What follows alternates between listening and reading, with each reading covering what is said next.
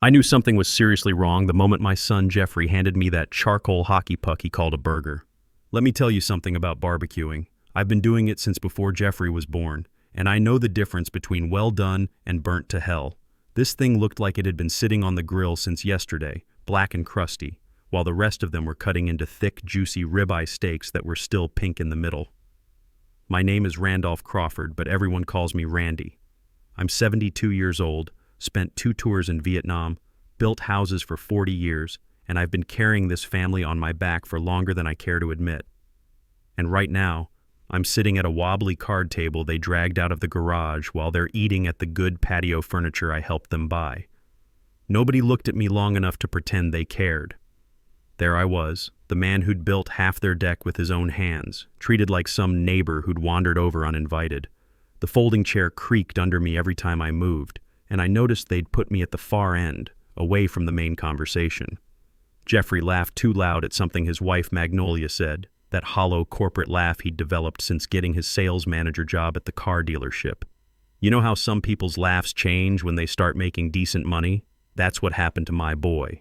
He used to laugh with his whole chest when we'd work on projects together in the garage. Now he laughed like someone afraid of saying the wrong thing at a business dinner.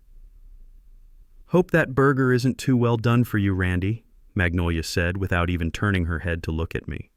Her hair was perfect as always, sprayed into place like a helmet. She's one of those women who never has a hair out of place but can't boil water without burning it. Never asks how I'm doing, only whether something might be too much trouble for me to handle. "It's fine," I answered, cutting into meat that had the consistency of shoe leather. The burger was dry as the Arizona desert, but complaining to people who don't want to hear it is just another way of wasting your breath.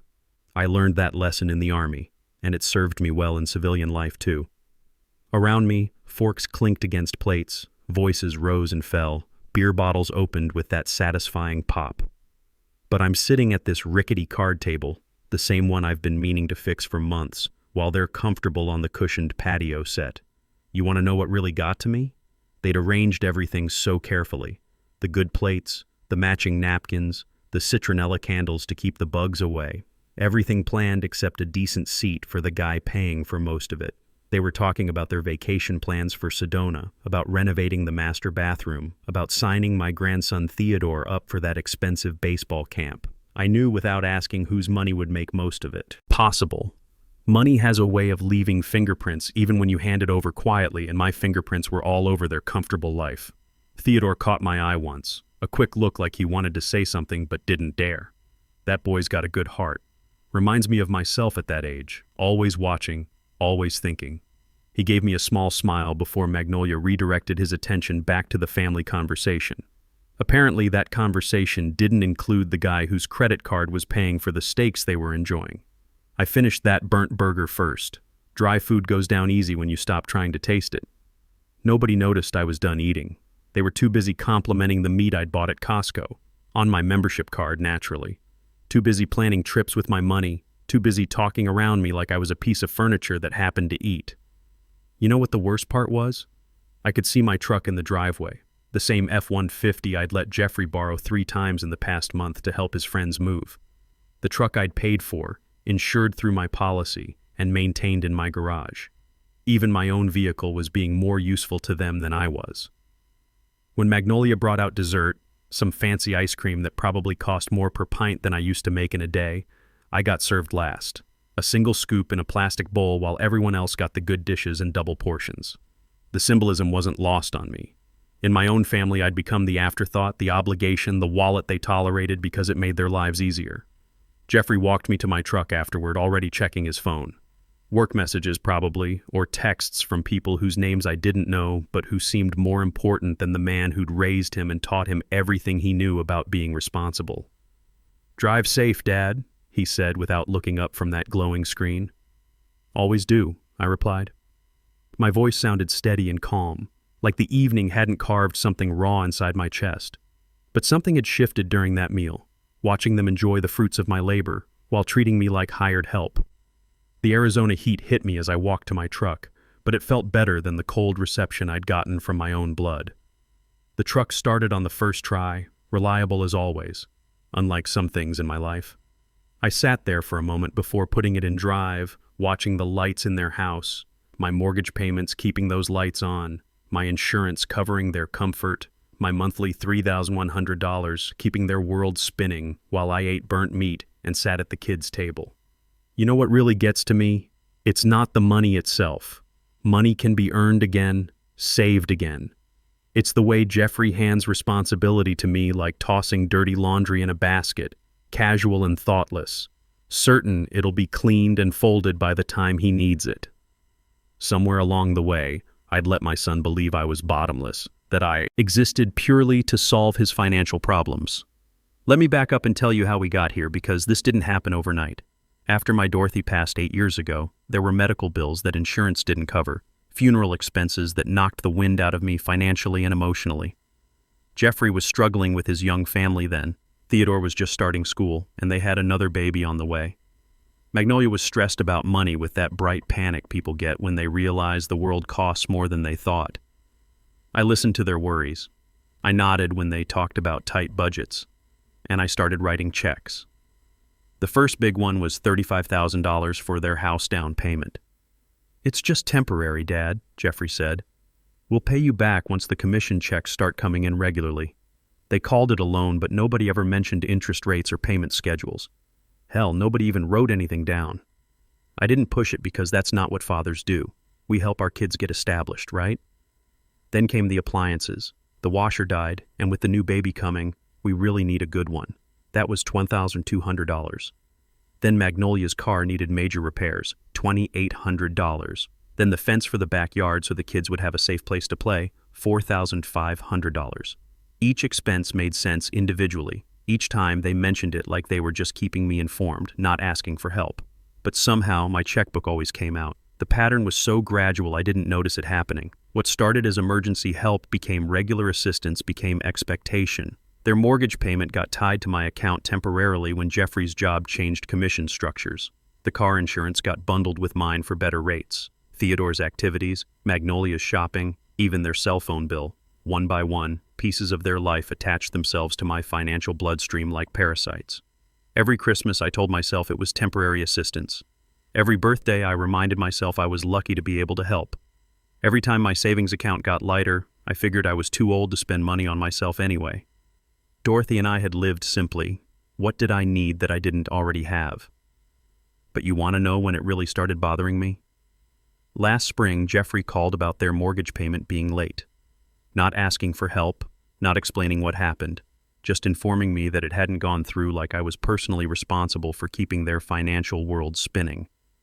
I transferred the money that same day, but something shifted inside me.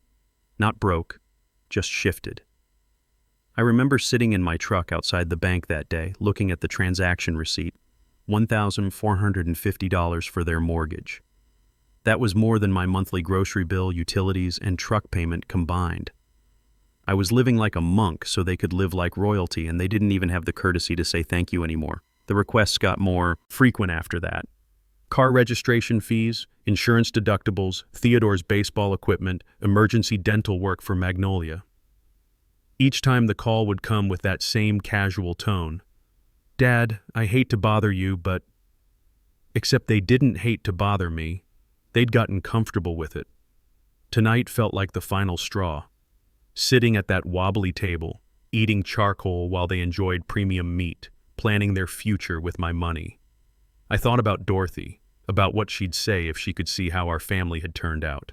She always said, "Randy, don't let people take advantage of your good heart." I'd been violating that wisdom for 8 years. When I finally drove away from their house, I felt something crack inside. Not the dramatic kind that shatters everything, more like the quiet, decisive kind that signals the beginning of something irreversible. For the first time in years, driving away didn't make me feel guilty about leaving family behind. It made me feel something else entirely. The road home was dark and empty, just like I preferred it. And for the first time in many years, I didn't feel guilty for wanting to be alone with my thoughts. Some thinking is best done without an audience, especially when you're planning to change everything. When I got home that night, I didn't turn on the TV like usual. Instead, I walked through my house in the dark, feeling my way through rooms I'd been living in for 25 years. This place held the history of a life lived with purpose. My discharge papers from Vietnam framed on the wall, photos of construction crews I'd supervised, the toolbox Dorothy bought me for our first Christmas as newlyweds. Everything here had earned its place through honest work. I sat at my kitchen table and looked at my hands, rough and scarred from decades of construction work, steady enough to wire an outlet or rebuild an engine from scratch. These hands had built houses that were still standing, raised a family, held my boy when he had nightmares about monsters under his bed. They'd signed more checks than I cared to count. You know what bothers me most about getting older? It's not the aching joints or the slower reflexes. It's watching people forget what you're capable of just because you've got some gray hair and a few wrinkles. Geoffrey used to come to me with problems that needed fixing, mechanical issues, home repairs, advice about dealing with difficult people. Now he only comes with problems that need funding. The financial folder was sitting on the counter where I'd left it last month, bulging with automatic payment confirmations and bank statements I'd been avoiding. Let me tell you something about being a construction foreman. You learn to read the numbers, to see patterns before they become problems. But I'd been ignoring the pattern in my own life for too long. I spread it all out on the dining room table Dorothy had picked out at a garage sale 20 years ago.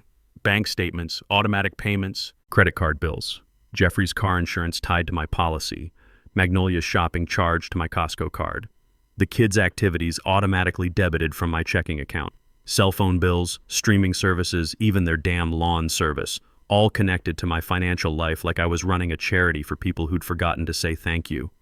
Here's the breakdown that really opened my eyes. $1,450 monthly mortgage payment, $485 car payment for Magnolia's SUV, $360 family insurance coverage, $280 for Theodore's baseball league, $150 for dance classes I didn't even know the youngest was taking, plus grocery money, gas money, and whatever emergencies came up. Add it all together, and I was covering $3,100 of their monthly expenses. That's more than most people make in a month, and I was handing it over like pocket change. My own monthly expenses? $800 for my mortgage, $320 for truck payment, $180 for my insurance, maybe $400 for groceries and utilities. I was living on less than $1,700 a month, so they could spend twice that without thinking about it. I closed the folder slowly and walked to my workshop. The garage had always been my sanctuary, organized exactly the way I liked it. Every tool in its designated place, every project labeled and stored properly. This was what real accomplishment looked like. Something that lasted. Something that served a purpose beyond making someone else's life easier. The Camaro I'd been restoring sat under a tarp in the corner. 1969 Z28, bought it as a rust bucket 3 years ago and slowly bringing it back to life. Real work, with tangible results. Every bolt I turned, every part I rebuilt, every coat of primer I applied. It all added up to something permanent. Something mine. That's when it hit me. In my garage, I was still the man who could fix anything, build anything, create something from nothing. But in my family's eyes, I'd become nothing more than an ATM with a pulse. They'd forgotten that I was a person with dignity, with limits, with the right to be treated with respect. My phone buzzed on the workbench. A text from Geoffrey. "Dad, the truck payment bounced. Can you check on that?" Thanks. Not a question. Not a request. Just an assumption that I'd handle it like I handled everything else in their lives. The word thanks thrown in at the end like an afterthought, the kind of courtesy you'd show a bank teller. I turned the phone face down and looked around my workshop. Tools I'd collected over 50 years of honest work, projects I'd completed with my own hands. A space where my words still meant something, where my skill still mattered, where Randy Crawford was more than just a signature on someone else's convenience. Maybe it was time they remembered the difference between a father and a financial institution. Maybe it was time I stopped being their solution and started being their wake-up call. I picked up a wrench, feeling its weight in my palm. Tomorrow was going to be a very different kind of day. I didn't sleep much that night. Not from anger. Anger burns hot and fast. And what I was feeling was something cooler, more deliberate. I lay in bed thinking about dignity, about respect, about the difference between helping someone up and letting them use you as a doormat. There's a fine line between the two, and I'd crossed it so gradually I hadn't noticed until I was miles on the wrong side. Around 2 a.m., I gave up on sleep and made myself some coffee. Real coffee, the kind Dorothy used to make, not that instant stuff Geoffrey drinks because he's always in a hurry. I sat at the kitchen table and thought about my old man. He died when I was 35, never got to see Geoffrey grow up, but he taught me something important before he passed.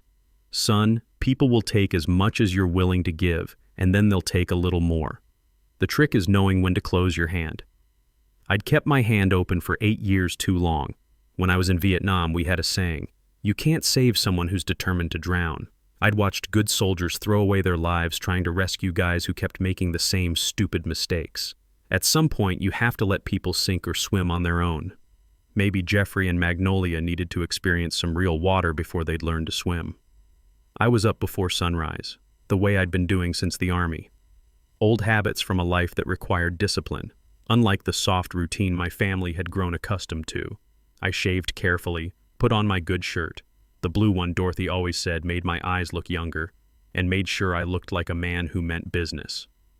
The Wells Fargo branch wouldn't open until 9, but I wanted to have my paperwork ready. I pulled out every automatic payment authorization, every shared account agreement, every piece of paper that tied my financial life to their comfort. It was a thick stack, thicker than I'd realized. Each document represented another small surrender, another boundary I'd let them cross. You know what struck me as I organized those papers? They'd never asked permission for most of this. Geoffrey would call and say things like, "I added you to the car insurance for better rates," or "I set up that automatic transfer to make things easier for you." Easier for me? Hell, I'd been managing my own money since before he was born. What he meant was easier for him. I drove to the bank early and sat in the parking lot watching the employees arrive for work. Professional people in clean shirts and pressed pants, probably dealing with family financial drama just like mine. Money problems don't care how much you make or how old you are. They'll find you if you let them. At exactly 9 a.m., I walked through those glass doors carrying my folder of documents. The young woman at the reception desk smiled politely. "Good morning, sir. How can we help you today? I need to speak with someone about making major changes to my accounts, removing authorized users and stopping automatic payments." Her smile flickered a little. "Let me get Mr. Hamilton for you. He handles account modifications." Percival Hamilton was probably 45, clean-cut, the kind of banker who'd seen every family financial disaster you could imagine. When I explained what I wanted to do, he didn't blink, didn't ask stupid questions about whether I was sure. He just pulled up my accounts and got to work. "Mr. Crawford, I see you have quite a few automatic transfers set up. This is going to take some time to unwind properly. I've got all day." For the next hour, we went through every connection my family had to my financial life. Mortgage payments, car payments, insurance transfers, credit card authorizations. One by one, we severed the ties that had bound my money to their comfort. "The authorized users on your credit cards," Percy said, looking at his screen, "I'll need to remove them completely. They'll receive notification that the cards are no longer valid." Good. They should have gotten their own cards years ago. "And the automatic mortgage transfer? Cancel it immediately." Percy nodded and kept typing.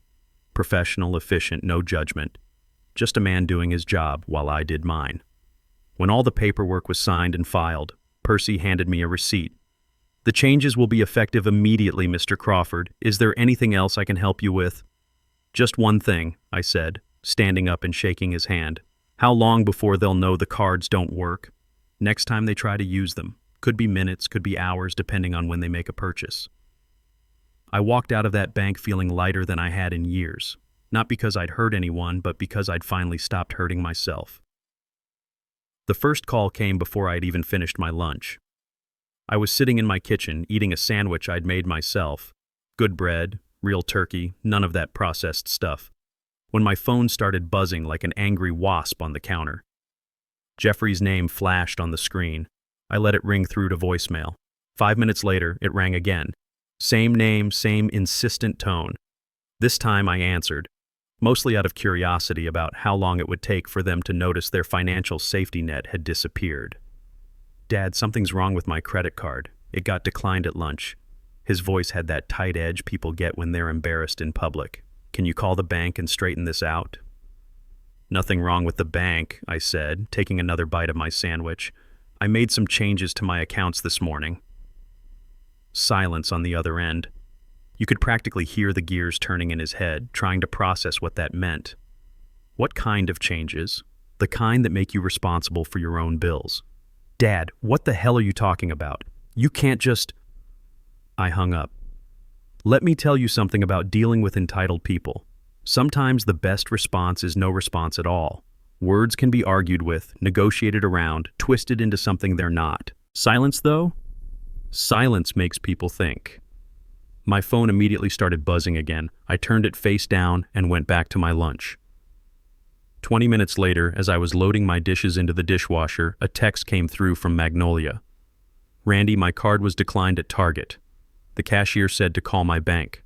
Something about authorization being revoked. Can you please fix this?" I'm standing here with a cart full of groceries and 2 kids. I read it twice, then deleted it without responding. Amazing how quickly please and thank you appear when the money stops flowing, isn't it? For 8 years, I'd been handling their financial emergencies without being asked nicely, now that they actually needed my help. Suddenly, they remembered their manners. The afternoon brought a steady stream of messages, each one a little more frantic than the last. Geoffrey again. "Dad, the mortgage payment bounced. The bank called Magnolia crying. You need to call me back right now." Then Magnolia. "Randy, this isn't funny anymore. Theodore's baseball registration got declined. Other parents are asking questions. Please call me." Then Geoffrey again. "The car insurance payment failed. If we don't get this fixed, we'll lose coverage. Dad, I'm serious. Call me back." I spent the afternoon in my garage working on the Camaro's transmission. Real work, with my hands, solving problems I could actually fix. Every time the phone buzzed, I ignored it and focused on the bolt pattern in front of me. There's something peaceful about mechanical work. Parts either fit or they don't. Systems either work or they fail. No gray areas, no emotional manipulation, no guilt trips about family obligations. By 4 p.m., the messages had changed tone completely. Geoffrey's voice on the latest voicemail was tight with panic. "Dad, I don't know what game you're playing, but this is affecting the kids. Theodore's asking why his team fees got declined. We need to talk about this like adults." Like adults. That was rich, coming from a 45-year-old man who'd been living off his father's credit cards like a college student. But at least he was finally acknowledging we needed to talk, instead of just assuming I'd fix everything quietly like I always had.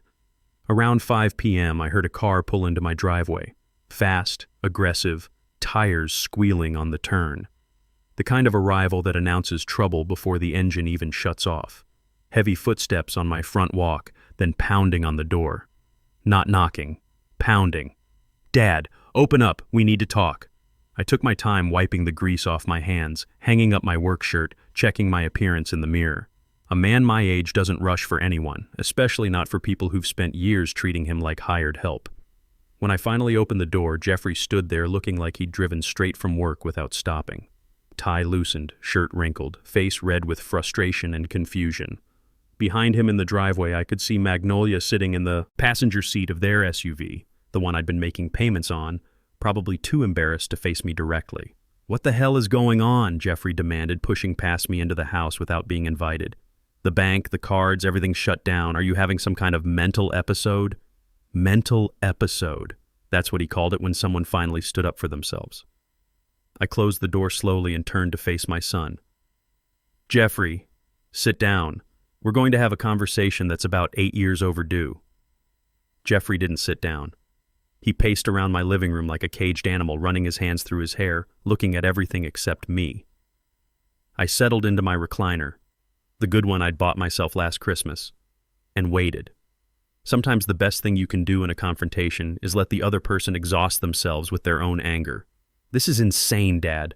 Completely insane. Do you have any idea what you've done?" Magnolia was humiliated at Target. Theodore's confused about why his baseball fees got rejected.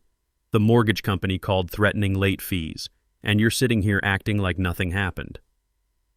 I looked at my son, really looked at him. When had his face gotten so soft? When had his hands gotten so smooth? This wasn't the boy who used to help me rebuild engines in the garage, who'd work alongside me on construction sites during summer breaks to earn college money. This was a man who'd forgotten what earned money felt like. Geoffrey, when's the last time you thanked me for anything? The question stopped his pacing dead. What? Simple question. When did you last say thank you for the mortgage payment, the car insurance, the kids' activities, any of it? He stared at me like I'd asked him to solve calculus. We appreciate what you do, Dad. You know that. Do I? Because all I know is that my credit cards pay for your life.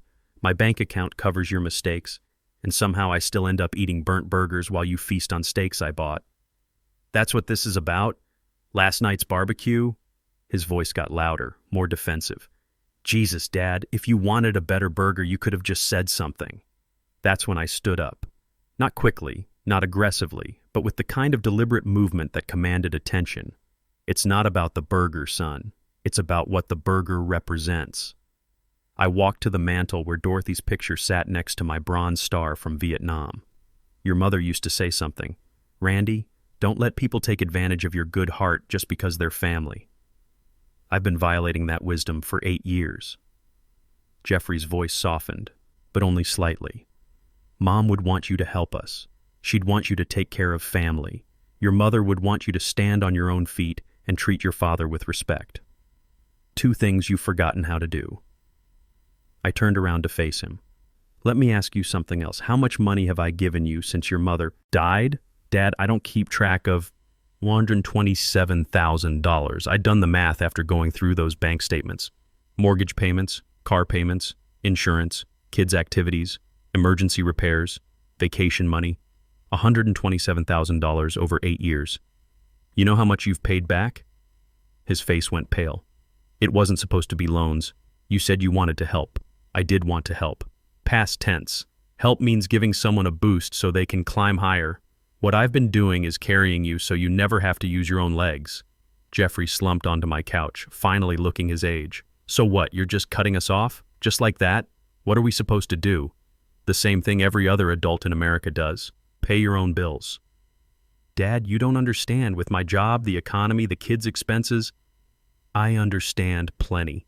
I sat back down, leaning forward so he'd have to look at me. I understand you make $65,000 a year selling cars, but you live like you make twice that. I understand you've never had to make a hard financial choice because I've been making them for you. I understand you've forgotten the difference between a want and a need. He was quiet for a long moment, staring at his hands. Those soft hands that had never rebuilt a transmission or poured concrete or done any of the work that builds character along with calluses. This is going to ruin us, he said finally. The house, the car payments, everything. We can't afford it without your help. Then maybe you can't afford it. The words hung in the air between us like smoke from a doused fire. Simple truth, spoken plainly, cutting through years of polite fiction. You want us to lose the house? I want you to live within your means. If that means a smaller house, an older car, fewer activities for the kids, then that's what it means. Most families in America manage to survive without a 72-year-old man subsidizing their lifestyle. Geoffrey stood up abruptly, anger flashing back across his face. This is cruel, Dad. You're punishing us because you had a bad evening. I'm not punishing anyone. I'm just refusing to be your personal bank anymore. What about the kids? Theodore's baseball, the school activities, their future? Their future depends on learning that money doesn't grow on trees and fathers aren't ATM machines. Right now, you're teaching them the opposite. Geoffrey headed for the door, his shoulders tight with frustration. At the threshold, he turned back. I hope you're proud of yourself. For the first time in years, I said, I actually am. After Geoffrey left, the house settled into a silence that felt different from loneliness. It felt clean, like the quiet after a good thunderstorm clears the air. I made myself a cup of coffee and sat in my recliner, watching the evening light fade through the windows Dorothy had picked out 25 years ago. My phone stayed mercifully quiet for the rest of the night. No angry calls, no guilt-trip texts, no emergency financial crises that needed immediate solving. For the first time in years, my evening belonged completely to me. The next morning brought a gentle knock on my door, Nothing like Geoffrey's angry pounding. I opened it to find Theodore standing on my porch, hands shoved in his jacket pockets, looking uncertain but determined. "Hi, Grandpa. Can I come in?" "Always, buddy. You want some breakfast?" He followed me to the kitchen, looking around like he was seeing the place with new eyes. Theodore's a good kid, 16 years old, tall for his age, with his grandmother's thoughtful nature, and thankfully, none of his father's entitlement. Yet. "Dad's pretty upset," he said, sitting at the kitchen table while I poured orange juice. "Mom, too. They've been on the phone with the bank all morning. I imagine they have." He studied my face carefully. "Did you really cut off all the credit cards and stuff?" "I did. Because of the barbecue? The way they treated you? Smart kid. Too smart sometimes for his own good. That was part of it, but mostly because it was time your parents learned to pay their own way." Theodore nodded slowly, like he was processing something he'd suspected but never had confirmed. "I always wondered about that, like, Dad makes decent money selling cars, but we live like we're rich. Nice house, new cars, expensive activities. It never added up. Mathematics don't lie, buddy. People do, but numbers tell the truth." He was quiet for a moment, picking at his pancakes. "Are you mad at me too? Why would I be mad at you?" "I don't know. Because I'm part of the family that's been taking advantage of you?"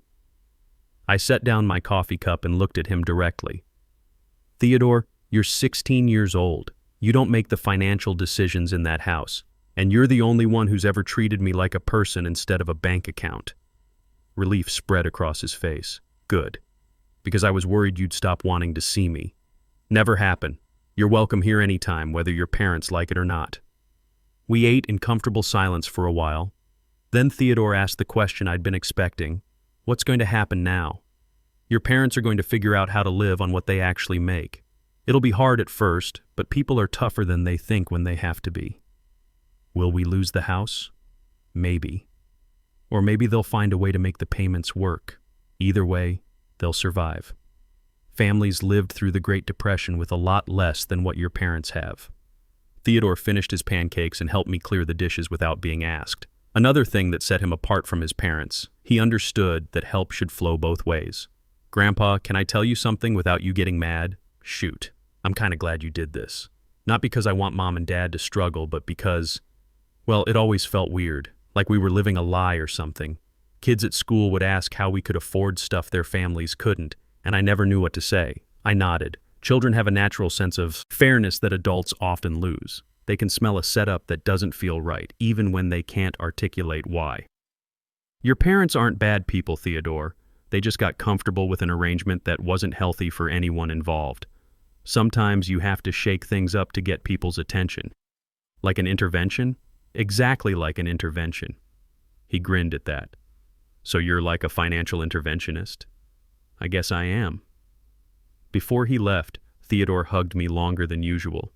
"I'm proud of you, Grandpa, for standing up for yourself. And if you ever need anything, like really need anything, you can call me. I mean it." After he rode away on his bike, I went out to my garage and lifted the tarp off the Camaro. The restoration was coming along nicely. New engine components, fresh paint on the body panels, chrome bumpers polished to a mirror shine. Real work, with visible progress, that would last long after I was gone. I thought about what Theodore had said about being proud of me. When was the last time anyone in my family had expressed pride in who I was rather than gratitude for what I provided? I couldn't remember. My phone buzzed with a text from Geoffrey. "Dad, we need to talk. Not to argue, just to figure out how to move forward. Can I come by this weekend?" I stared at the message for a long time. The tone was different, respectful, not demanding. No assumption that I'd drop everything to accommodate his schedule. It was a start. I typed back, "Saturday afternoon, come alone. Some conversations are better handled without an audience." The week between Geoffrey's angry visit and our scheduled Saturday talk was the quietest I'd experienced in years. No emergency calls about bounced payments, no guilt-laden texts about family obligations, no assumptions that I'd solve problems I didn't create. Just me, my garage, and the steady progress of bringing a classic car back to life. I heard through Theodore that his parents were scrambling to reorganize their finances. Geoffrey had picked up extra shifts at the dealership, working late into the evening to boost his commission checks. Magnolia was talking about getting a part-time job, the first time she'd worked outside the home since their oldest was born. They'd started shopping at regular grocery stores instead of the expensive organic markets, clipping coupons like most families do. Dad's actually cooking dinner some nights, Theodore told me during one of his afternoon visits. Basic stuff, but still, Mom used to just order takeout when she didn't feel like cooking. Learning to cook is a useful skill, I said, adjusting the carburetor on the Camaro's engine. Your grandmother could stretch $1's worth of groceries into 3 meals. People today have forgotten how to make do with less. They're selling Mom's SUV, he continued, getting something older and smaller. She's not happy about it, but Dad says they can't afford the payments. Good for him. Theodore handed me the wrench I'd pointed to. The boy had good instincts with tools, knew how to anticipate what was needed without being told. Are you going to help them at all? I mean, eventually?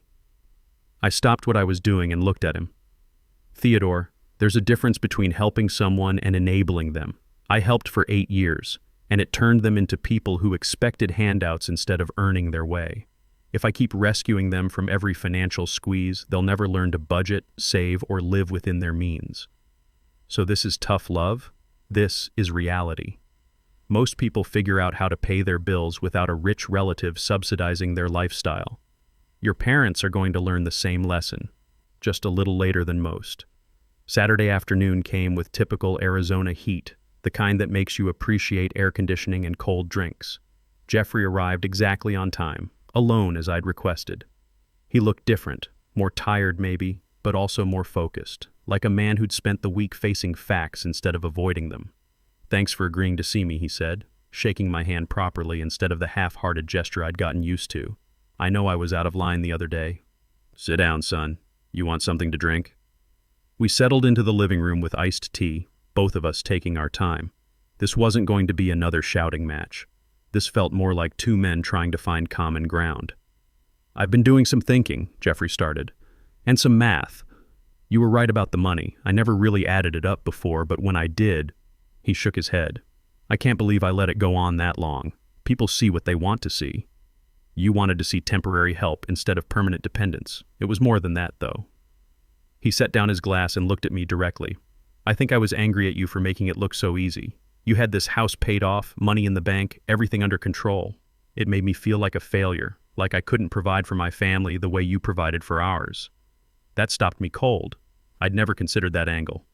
So instead of asking for advice about budgeting or financial planning, I just let you cover the difference. It was easier than admitting I was in over my head. Why didn't you come to me for help with the planning instead of the payments? Geoffrey was quiet for a long moment. Pride, I guess. And laziness. It was easier to let you write checks than to do the hard work of figuring out where our money was actually going. I nodded. Pride had been my weakness too. Pride in being able to provide. Pride in being needed. Pride that blinded me to what was really happening. Your mother used to balance our checkbook every month, I said. Kept a notebook with every expense written down, knew exactly where every dollar went. We lived on $30,000 a year and still managed to save money for your college fund. How? We distinguished between wants and needs. We bought what we needed and saved for what we wanted. If we couldn't afford something, we waited until we could. Geoffrey rubbed his forehead.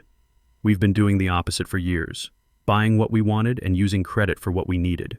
Credit is a tool, not a lifestyle. Use it wrong and it'll bury you. I'm starting to figure that out. He leaned forward. Dad, I'm not here to ask for the money back. I'm here to ask for something more valuable. What's that? I want you to teach me how to budget like you and Mom did, how to live within our means, how to be the kind of father who provides through planning instead of panic. For the first time in years, my son was asking me for something I actually wanted to give. Teaching Geoffrey how to manage money properly turned out to be more rewarding than any check I'd ever written. We met every Saturday afternoon for the next month, spreading financial documents across my dining room table like battle plans. I showed him the budgeting system Dorothy and I had used for 30 years, how to track expenses, how to distinguish between emergencies and inconveniences. Look at this, I said, pointing to their credit card statements. You spent $340 last month on restaurants and takeout. That's more than my entire grocery budget. Geoffrey winced. Magnolia works late some days, and I thought it was easier to just order food. Easier, maybe, but $340 could buy groceries for 2 weeks if you planned ahead. Your grandmother used to cook meals on Sunday that would last half the week. Saved money and ate better, too. I taught him about the envelope system Dorothy had used, cash for different categories, and when the envelope was empty, you were done spending in that area until next month. I showed him how to set up automatic savings transfers, how to build an emergency fund, how to research major purchases instead of buying on impulse. The trick, I explained, is to pay yourself first. Save money before you spend money. Treat savings like a bill that has to be paid every month. Most importantly, I taught him about pride versus ego. Pride means taking care of your family through your own work. Ego means living beyond your means to impress people who don't really matter. Within 6 weeks, Geoffrey had created their first real budget and stuck to it. They downsized from the 4-bedroom house to a smaller place with payments they could actually afford on his salary alone. Magnolia found part-time work at a local school and discovered she enjoyed having her own income. Theodore adjusted to fewer expensive activities, but spent more time learning practical skills in my garage. "Dad, I want to show you something," Geoffrey said one Saturday, pulling out a notebook. "I've been tracking our expenses like you taught me, and for the first time in years we ended the month with money left over." "How much?" $87. "But still, it's something." I smiled. $87 you earned and saved is worth more than $500 I handed you. You know why? Because we did it ourselves? Because you proved you could. Next month, try for $150, then $200. Pretty soon, you'll have an emergency fund. The change in my family's attitude was gradual, but unmistakable. Geoffrey started calling just to talk, not to ask for money. Magnolia sent thank you notes for the Christmas and birthday gifts I gave the kids.